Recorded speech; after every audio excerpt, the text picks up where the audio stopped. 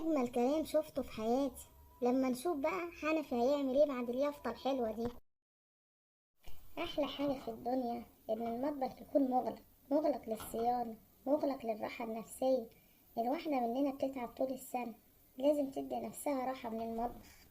حنفي حبيبي واخد اجازة العيد، وانا واخدة اجازة من المطبخ برضك في العيد.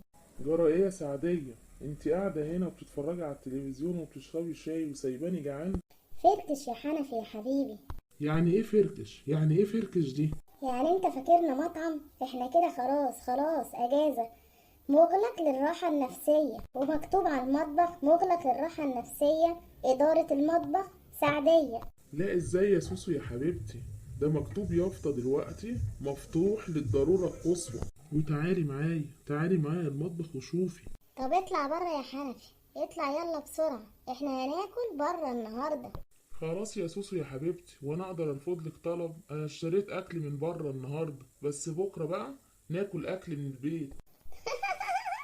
ان شاء الله يا حنفي يا حبيبي، بعد ما المطبخ ياخد اجازته. قولولي يا ستات، خدتوا اجازة العيد من المطبخ ولا لأ؟